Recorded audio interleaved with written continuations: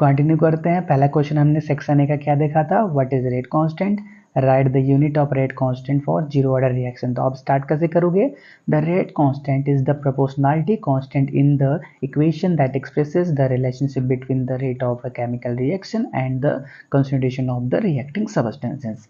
For example कोई भी एक रिएक्शन चल रहा है जिसके अंदर कैपिटल ए के स्मॉल ए मोल्स हैं। देखो जो स्मॉल ए स्मॉल बी है वो मोल्स डिनोट करता है और ए बी रिएक्टेंट को रिएक्ट डिनोट करता है। ठीक है, ये मिलते हैं, मिल के क्या देते हैं, सी मोल सी देते हैं। तो इसके रेट क्या लिखोगे, रेट ऑफ रिएक्शन को आप स्मॉल आर से भी डिनोट करते हो, के ए के पावर यम बी के पावर एन, जहाँ पे ए बी सी क्या है, स्टोइकोमेट्रिक कोफिशिएंट है और यम एन क्या है, ऑर्डर ऑफ रिएक्शन है। ठीक है, unit of rate constant for zero order reaction कितना होता है, मोल पर लीटर पर सेकेंड होता है।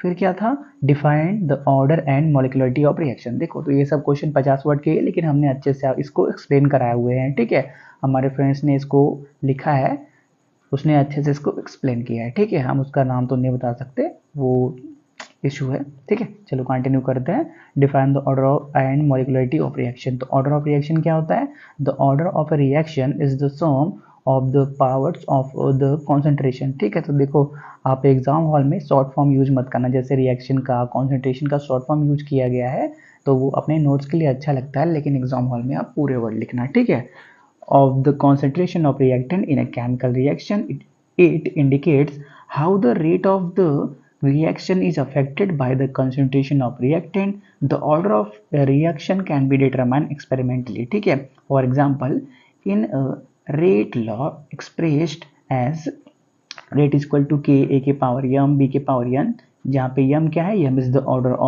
order with respect to reactant A, n क्या, n is the order with respect to reactant B। Overall order of reaction क्या होता है, m प्लस n के बराबर होता है। फिर मॉलिक्युलरिटी ऑफ रिएक्शन क्या होता है, molecularity refers to the number of reactant molecule involved in a single elementary step of reaction. It indicates how many species collide to lead to the formation of product. The molecularity of a reaction can be determined through reaction mechanism. Example of different molecularities in the chemical reaction। ठीक है, आपको भी मालूम है molecularity कई प्रकार की होती हैं। यूनिमोलिकुलर रिएक्शन के अंदर जैसे कोई एक रिएक्टेंट है जो प्रोडक्ट के अंदर कन्वर्ट हो गया, this involve a single reaction molecule. ठीक है, इसके अंदर सिंगल एलिमेंट था, मतलब सिंगल रिएक्टेंट था, तो यूनिमोलिकुलर रिएक्शन हो गया। बायोमोलिकुलर में क्या होता है, दो रिएक्टेंट होंगे, ए प्लस बी, प्रोडक्ट मिल गया, this involve two different reactant molecules. Tri molecular या ट्राई बोल दो, मॉलिक्यूलर रिएक्शन में क्या होता है, तीन मॉलिक्यूल इन्वॉल्व होते हैं, this involve three reactant molecules. ठीक है, फिर क्या था हमारे पास, what is equilibrium constant and law of mass action. ठीक है, फिर क्या, कैसे स्टार्ट करेंगे इसको, द इक्विलिब्रियम कांस्टेंट, जिसको आप KC से भी डिनोट करते हो, is a numerical value that expresses the ratio of the concentration of product to reactants at equilibrium for a reversible chemical reaction.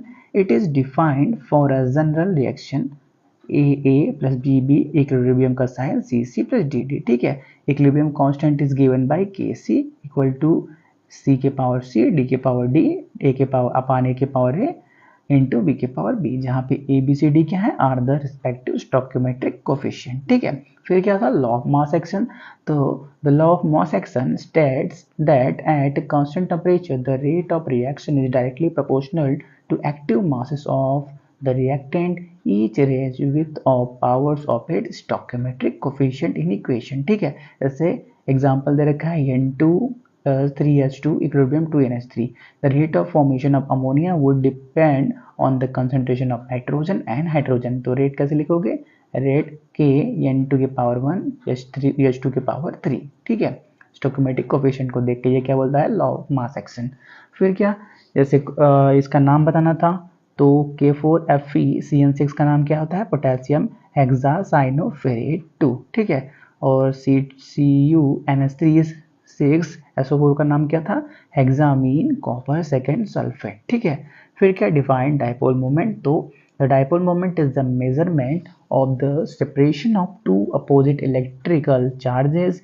Dipole moment are vector quantity, the magnitude is equal to the charge multiplied by the distance between the charges and the direction is from negative charge to positive charge, जिसको आप dipole moment का mu से denote करते हो, Q into are के बराबर होता है। क्यू क्या होता है, चार्ज, आर क्या होता है, डिस्टेंस की बात चलती है। ठीक है, फिर क्या, write character of second section B की तरफ आगे बढ़ गए हम। पहला क्वेश्चन क्या है, write character of zero order reaction, the rate of zero order reaction is equal to the rate constant K of the reaction. फिर क्या, देखो उसने क्या बोला है, कैरेक्टर लिखना है तो ऐसे पॉइंट वाइज आप लिख सकते हो, ठीक है।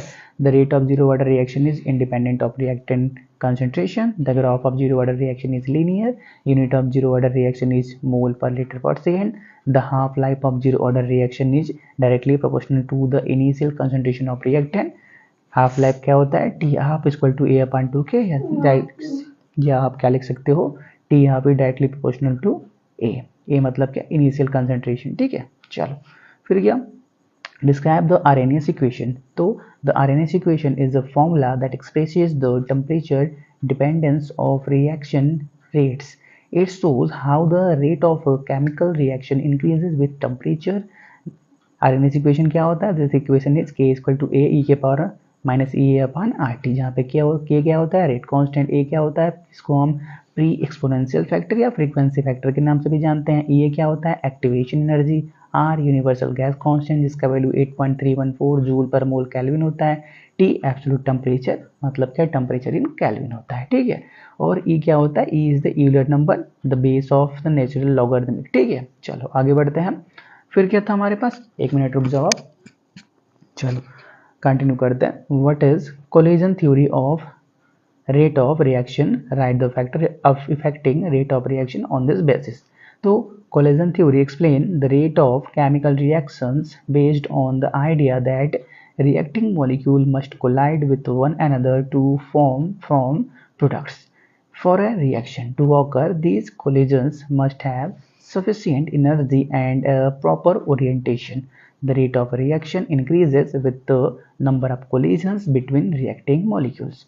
फिर क्या, factors affecting rate of reaction के बारे में बताना था, तो आप ऐसे बता सकते हो, concentration, temperature, surface area, catalyst pressure, nature of reactants, these factors are effect of rate of reaction. ये सभी क्या, किसी भी रेट ऑफ रिएक्शन को अफेक्ट करते हैं, ठीक है। अगर आप इनके बारे में भी और लिखना चाहते हैं कि कंसंट्रेशन कैसे अफेक्ट करता है, तो वो भी आप लिख सकते हो, ठीक है। वो लॉन्ग टाइप में अगर पूछता है तो आप उसको कंटिन्यू कर सकते हो। चलो आगे बढ़ते हैं हम। Describe the Lachatarial principle with example। तो Lachatarial principle states that if a dynamic equilibrium is disturbed by changing the conditions such as concentration, temperature or pressure, the system will adjust to counter the change and restore a new equilibrium। जैसे N2 + 3H2 equilibrium NH3 दे रखा है, ठीक है। अगर change in concentration करेंगे, if we increase the concentration of N2 the equilibrium will shift to right.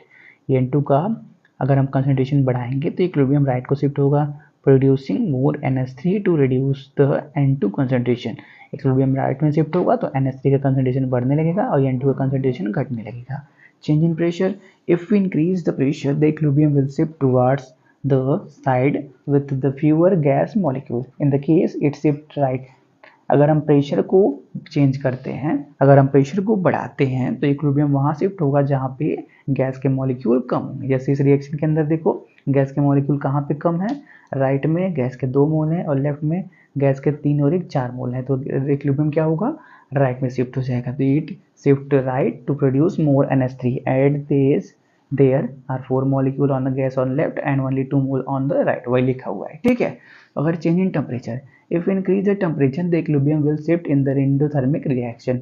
अगर हम temperature को बढ़ाएंगे तो रिएक्शन उधर शिफ्ट होगा जहाँ पे एंडोथर्मिक रिएक्शन चल रहा होगा। एंडोथर्मिक मतलब ऐसा प्रोसेस जिसको करने में हमको हीट देनी पड़ रही हो, ठीक है। एंडोथर्मिक मतलब जो रिएक्शन हीट लेके काम कर रहा हो, ठीक है।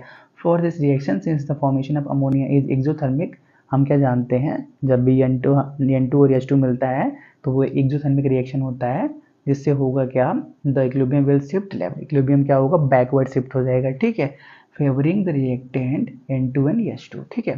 फिर क्या, describe the critical parameter of gas, ठीक है। तो द क्रिटिकल पैरामीटर्स, एक मिनट, तो कंटिन्यू करते हैं। The critical parameters of a gas are critical temperature, critical pressure and critical volume. तो पहले बात करते हैं क्रिटिकल टेम्परेचर के बारे में। The highest temperature at which a gas can be liquefied, above this temperature a gas can not be liquefied by any amount of pressure. Critical pressure क्या होता है, जिसको हम पी सी से डिनोट करते हैं, सी नीचे लिखा जाता है, ठीक है, साथ में नहीं होता कैपिटल पी स्मॉल सी, ठीक है।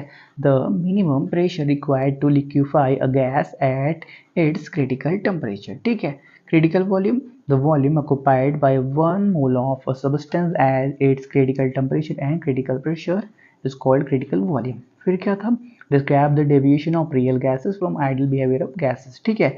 तो deviation of real gases from ideal behaviour हम क्या करते हैं, पहले बॉयल्स लॉ से देखते हैं, ठीक है। तो आप बॉयल्स लॉ से देखोगे तो प्रेशर पीवी वर्सेस पी का ग्राफ जो होता है ये ऐसा चलता है, ठीक है, आपने बुक में भी देख रखा होगा, ठीक है। डेविएशन फ्रॉम बॉयल्स लॉ के अंदर जो आपका आइडियल बिहेवियर, ये देखो या जो आपका स्ट्रेट लगा हुआ है ना 25 के हल्का नीचे एकदम एक क्या बोलते हैं हॉरिजॉन्टल लाइन लगी, उसको आइडियल के लिए बनाया गया था, और बाकी गैसेस आइडियल के मुकाबले ऐसे ऐसे डेविएट होते हैं, ठीक है। The curve formed by plotting PV against P for a gas eight constant temperature is called isotherm. The isotherm for an ideal gas should be a straight line, ठीक है। यही जो था जो बोला 25 के नीचे जो एक हॉरिजॉन्टल लाइन बनी हुई है ना, उसको क्या बोलते हैं, आइडियल गैस का लाइन बोलते हैं, ठीक है। Should be a straight line amongst and Renault gave isotherm for H2 मतलब hydrogen, helium, nitrogen, oxygen and carbon dioxide at 0 degree temperature which are not straight line parallel to pressure axis. कुछ points इसके अंदर आप लिख सकते हो, at low pressure all isotherm meet the ideal gas isotherm at 0 pressure, ठीक है। Hence at low pressure all gases behave like ideal gas. जब प्रेशर कम होता है, देखो सभी कहाँ 25 के जो नीचे एक पॉइंट है वहीं से स्टार्ट हो रहे हैं, प्रेशर कम होगा तो सभी गैसेस आइडियल गैस की तरह बिहेव करते हैं, ठीक है। Second point, eight moderate pressure and inferred or negative deviation is noticed at moderate pressure. Negative deviation is not shown by hydrogen and helium gases. These gases however show negative deviation at very low temperature. फिर क्या, एक second, this deviation is maximum for gases which are easily liquefied, जैसे carbon dioxide, ठीक है। Deviation सबसे ज़्यादा carbon dioxide के अंदर हो रहा है, जिसको आसानी से लिक्विफाई किया जा सकता है, देख लो। आगे बढ़ते हैं, फिर क्या बोलेंगे, at very high pressure and over perfect और positive deviation is marked at very high pressure, ठीक है। Gases do not obey the gas law at all. जब टेम्परेचर बहुत ज़्यादा प्रेशर हाई हो जाता है तो कोई भी गैस आइडियल गैस लॉ को फॉलो नहीं करता, ठीक है। At different temperature when temperature of gas is altered, the slope of isotherm show no change. As the temperature falls, the deviation become more pronounced. The scope of negative deviation depend on how close the gas is to the temperature at which it liquefies. This is the cause why carbon dioxide show higher negative deviation than N2 and H2 which liquefies at very low temperature show positive deviation, ठीक है। ये हो गया। फिर आगे बढ़ते हैं, इस ग्राफ को देख लो आप, ये किसका ग्राफ है, compressibility factor Z versus P का ग्राफ है, ठीक है। तो ये क्या दिखा रहा है आपको, effect of temperature deviation on nitrogen from ideal behaviour, ठीक है। चलो इसको देख लो आप। फिर आगे बढ़ेंगे, हम क्या बोलेंगे, alternatively the effect of temperature and pressure on gas behaviour can also be studied in terms of compressibility factor Z expressed as Z equal to PV upon nRT. From an ideal gas, Z is always equal to unity, but for real gas, the value of Z vary and it may be less than 1 or more than 1. Ideal gas के लिए compressibility factor जिसको आप Z से denote करते हो उसका value हमेशा unity मतलब 1 होता है, लेकिन रियल गैस के लिए वो 1 से कम या ज़्यादा दोनों हो सकता है, ठीक है। ये जो डायग्राम आपने देखा, this diagram show variation object मतलब कंप्रेसिबिलिटी फैक्टर वर्सेस पी का for nitrogen at different temperature, ठीक है। It is clear from the figure that as the temperature rise, the minima in the curve become smaller and shift towards lower pressure, but at certain temperature Z remains nearly unity for an appreciate range of pressure, ठीक है। This temperature in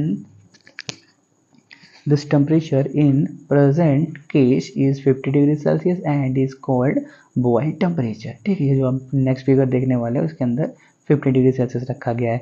below this temperature value of Z first decreases with rise of pressure and passes through a minimum and then increases continuously for every gases. ठीक है, ये जो आप देख रहे हो नाइट्रोजन गैस के लिए, ठीक है।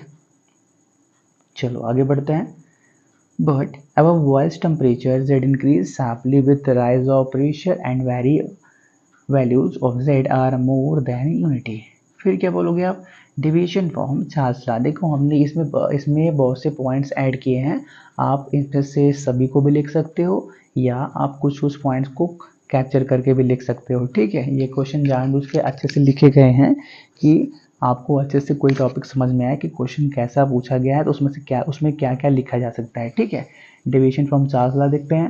According to Charles law the coefficients of volume expansion of all gases should be the same. Independent of pressure, experiments have shown that it is only at low pressure that these coefficients approach the constant value 1/273 and there are marked deviation at high pressure। ठीक है, फिर क्या deviation from Avogadro law। According to this law, all gases at the same temperature and pressure contains the same number of molecules. It can be shown that 1 mole of any gas at standard temperature pressure occupy 22.4 liter. This apply only for some gases like N2, H2 and O2। फिर क्या? What is ligand? Describe classification of ligands। तो कैसे start करेंगे? Ligands are molecules or ions that can bind to a central metal atom or ion in a coordination complex forming coordination bonds। ठीक है, classification of ligands तो क्या बोलोगे? Based on number of donor atoms, monodentate ligand bind through single donor atom जैसे water ammonia. Bidentate ligands bind through 2 donor atoms जैसे ethylene diamine या oxalate. Polydentate ligand और chelating agent bind through multiple donor atom जैसे EDTA which can bind through 6 sites। ठीक है, फिर क्या? Based on charge, neutral ligand जिसके पास कोई चार्ज नहीं होता जैसे CONH3। फिर anionic ligand carry a negative charge जैसे Cl- CN-। कैटानिक लिगेंड जिसके अंदर कैरी ए पॉजिटिव चार्ज जैसे NH3+ इन सम कॉम्प्लेक्सेस। ठीक है, फिर क्या? Based on origin, natural ligand occur in nature जैसे हीमोग्लोबिन हो गया, और synthetic ligand created in the lab for specific purposes. ठीक है, फिर क्या? Describe overall energy diagram for D1 and D9 state. ठीक है, तो स्टार्ट कैसे करोगे? तो overall energy diagram is generally used for the lower extent of week ligand field. ठीक है, तो पहले D1 के लिए बात करते हैं। जैसे एग्जांपल दिया है TiH2O6 3+ का। ठीक है, तो पहले Di का ऑक्सीडेशन स्टेट निकालोगे। ठीक है, ऐसे बनाओगे, फिर क्या करोगे? थोड़ा सा उसके बारे में लिखोगे। ठीक है, the ground state term symbol GS/TS for D1 metal ion is 2D। The transition between the orbitals is around 20,300 पर सेंटीमीटर। ठीक है, there are 2 orbitals in the 2D ground state symbol which is E2EZ and 2T2Z। ठीक है, फिर क्या? in the energy level 2 T2Z there are 3 orbitals dxy, dyz, dxz and in 2az level there are 2 orbitals dxy x square y square और dz square। The transition occur between the T2 Z orbitals to EZ orbitals, इसको ऐसे show किया जाता है। ठीक है, the energy required to excitation depend on the distance of the octahedral field generated by ligands। The splitting of these orbitals is due to the John-Taylor effect। ठीक है, आगे बढ़ते हैं। फिर क्या किया? D9 के लिए दिखाया COH2O6+2 के अंदर। ठीक है, तो पहले Cu2+ का ऑक्सीडेशन स्टेट निकालो, उसका ग्राफ आप बना सकते हो। ठीक है, ग्राफ बना लोगे, फिर उसके बारे में थोड़े से वर्ड्स लिख दोगे। ठीक है, चलो आगे बढ़ते हैं। इसको भी आप देख लो, सेम वही प्रोसेस लिखे गए, बस डी फर्क क्या है, वो D1 के लिए था और ये D9 के लिए है। ठीक है, फिर क्या? The electronic configuration of ground state level is, ये इलेक्ट्रॉनिक कन्फिगरेशन होता है। ठीक है, इसको आप लिख सकते हो अच्छे से। चलो आगे बढ़ते हैं। फिर क्या था? Section 3, derive the rate equation of first order reaction and calculate the rate constant for reaction with 40% complete in 50 minute. ठीक है, तो पहले रेट इक्वेशन इसको क्या करेंगे, अच्छे से डिराइव करेंगे। Consider a simple first order reaction, A से प्रोडक्ट, इनिशियल कंसंट्रेशन ए है, final 0, after time T initial concentration A minus x हो गया, फाइनली एक्स बन गया। For first order reaction the rate of reaction is directly proportional to concentration of reactant A, तो the rate law can be written as rate equal to d x upon d t, या directly proportional किसके है, ए minus x के, तो D x upon d T क्या हो गया, के इंटू ए माइनस एक्स के पावर 1 के बराबर हो गया। फिर रीअरेंज, इसको थोड़ा सा रीअरेंज करेंगे। ठीक है, इसको थोड़ा सा रीअरेंज करेंगे और फिर क्या कर देंगे, इंटीग्रेट कर देंगे हम। फिर क्या करेंगे, इसको फाइनल रिजल्ट कहाँ से कहाँ तक पहुँचा देंगे, यहाँ पहुँचा देंगे। फिर क्या मिल गया लास्ट में हमको, minus log E A minus X equal to K T minus log E A. ठीक है, थोड़ा सा इसको और रीअरेंज करेंगे। हम क्या जानते हैं, लॉग ए माइनस बी का वैल्यू ऐसे जानते हैं, तो उसको वहाँ से आकर और कन्वर्ट करके लास्ट में क्या आ जाएगा, के इक्वल टू 2.303 अपॉन टी। फिर क्या करना था, आगे एक क्वेश्चन था कि कोई भी एक रिएक्शन 40% 50 मिनट में कंप्लीट हुआ है, तो उसके लिए रेट कांस्टेंट निकालना था। तो हमने क्या किया, मान लिया इनिशियल कंसंट्रेशन 100% है, तो यही जो भी फॉर्मूला हमने बनाया है इसी के अंदर सभी वैल्यूज पुट कर देंगे, तो के का वैल्यू 0.0102 पर मिनट आ जाने वाला है। ठीक है, आगे बढ़ते हैं। Describe the characteristics of second order reaction and method of determination of order of reaction. Characters of second order reaction के बारे में बात करनी थी, तो पहले रेट लॉ लिखेंगे। The rate of reaction depend on the concentration of one reactant squared और the concentration of two different reaction. अगर किसी कोई भी एक रिएक्टेंट है तो उसके स्क्वायर पर डिपेंड करेगा सेकेंड ऑर्डर का रिएक्शन, अगर अलग अलग रिएक्टेंट है तो उनके कंसंट्रेशन के प्रोडक्ट पर डिपेंड करेगा। ठीक है, it can be expressed as for a single reaction, वही जो भी बोला वही लिखा हुआ है, rate equal to K concentration of A का square for two reactant rate is equal to k, a k power 1, b k power 1. Unit of rate constant k, the unit of rate constant for a second order reaction is typically liter per mole per second. ठीक है, half life second order का, the half life for a second order reaction is dependent on its initial concentration, that is T half is 1 upon Ka. ठीक है, चलो आगे बढ़ते हैं। Integrated rate law क्या होता है, इंटीग्रेशन फॉर्म में, integrated form of reaction of the type A to P is k equal to A x upon A plus A minus x. Graphical representation, a plot of k versus t time graph give a straight line indicating the reaction follows second order kinetics. Method of determining of order of reaction के बारे में बात करते हैं। There are several methods to determine the order of a chemical reaction. जैसे पहला क्या है, method of initial rates, by measuring the initial rates of reaction at varying concentration of reactant and reduce the order with respect to each element. Integrated rate law, by plotting concentration versus time data according to different rate law equations, 0 first and second order determined which plot give a straight line. ठीक है, और क्या method है, half life method है। For certain reaction the half life is constant first order के लिए और varies in a specific way second order के लिए, which can indicate the order. ठीक है, differential rate law, analysing how the rate changes with concentration can help establish the order. ठीक है, method of isolation, by isolation one reactant is in large excess, simplify the reaction to determine its order with respect to the other reactant. Pseudo steady state assumption, in complex reaction, especially that those involve intermediate, this assumption can be used to analyze reaction reference. ठीक है, rates. Next question क्या था, describe the isomerism in coordination compound and elementary idea of crystal field theory. तो start कैसे करेंगे, coordination compound वाले से। There are two main types of isomerism in coordination compound, structural isomerism and stereo isomerism. तो पहले बात करेंगे structural isomerism के बारे में। Structural isomerism occur when compound have same molecular formula but different structural formula. There are several type of structural isomerism.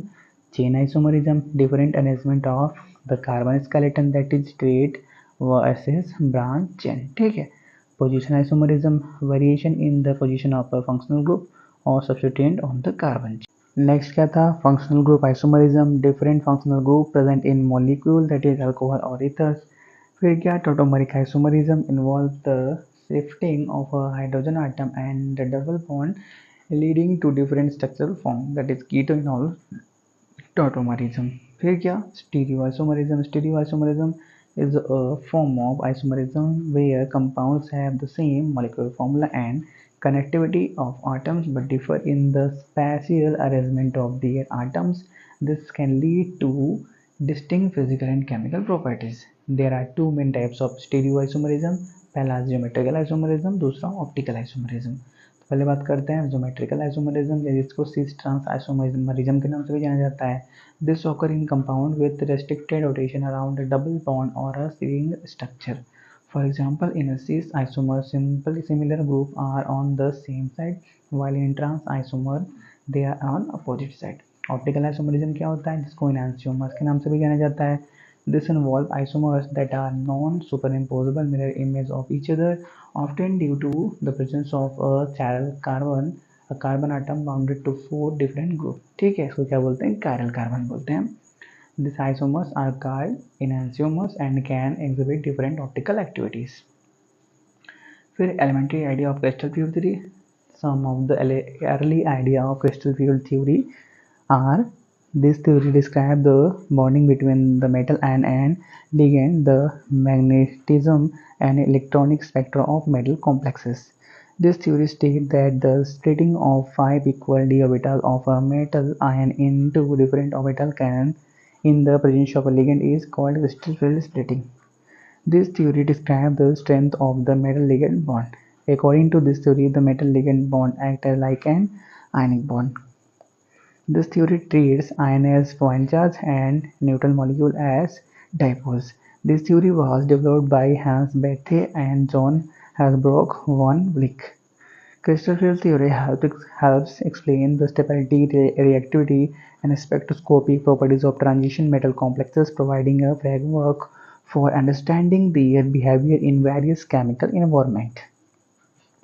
फिर क्या था हमारे पास, describe the magnetic properties of substance, its measurement and its important. ठीक है, पहले क्या करेंगे, डेफिनेशन लिखेंगे। Magnetic properties of substance refers to how material respond to magnetic field and they can be classified into several categories। Diamagnetism, ये क्या होते हैं प्रॉपर्टीज डायमैग्नेटिज्म के। all material exhibit diamagnetism, which is a weak and negative response to external magnetic field। In diamagnetic material, the magnetic moment are induced in the opposite direction to the applied field। Measurement कैसे किया जाता है, measured using a magnetometer such as squid where a small magnetic susceptibility is noted। Importance क्या है, used in applications like magnetic levitation and in some superconductors। दूसरा paramagnetism, properties इसके।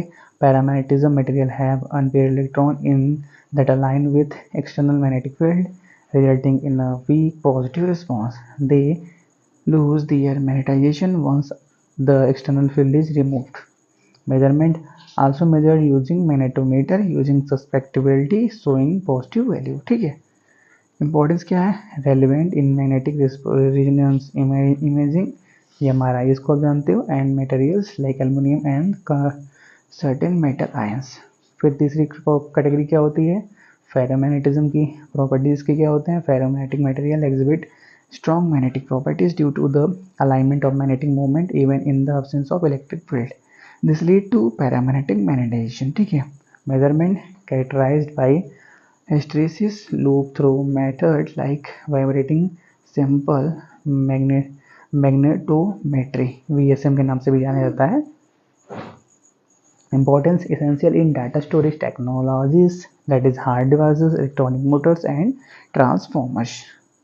Ferromagnetism क्या होता है, प्रॉपर्टीज के। Ferromagnetic material having opposite magnetic moment of unequal magnitude resulting in a net magnetization. Measurement similar to ferromagnetism using hysteresis loops. Importance common in magnetic ceramides and ferritic ceramides and ferrites using in indicators and transformers। फिर क्या last होती है हमारे पास anti ferromagnetism की। इनकी properties क्या होती है, इन antiferromagnetic materials adjacent magnetic moment align positively cancel each other out, they can exhibit magnetic order at low temperature। measurement investigated using technique like neutron diffraction। importance क्या है, importance in magnetic material science and in developing spintronic device. ठीक है, तो इसी के साथ हमारा ये पूरा पेपर कंप्लीट होता है। आई होप आप अच्छे से अपने सिलेबस को तैयार कर रहे होगे। अभी हमारे एग्ज़ाम में टाइम है, तो अच्छे से अपनी तैयारी करो और इस पेपर को ऑब्जर्व कर लो, आंसर को भी देख लो कि आंसर लिखे कैसे जाते हैं। ठीक है, बात करते हैं इस सेमेस्टर थर्ड सेमेस्टर के और पेपर के बारे में। तो हमने अलग अलग से प्लेलिस्ट बना रखी है जिसके अंदर आपको बहुत सारे क्वेश्चन पेपर और उसके सोल्यूशन सभी मिल जाएंगे। तो अगर आपको और भी पेपर चाहिए तो आप एक बार प्लेलिस्ट में जरूर आइएगा। ठीक है, तब तक के लिए thanks for watching, have a nice day.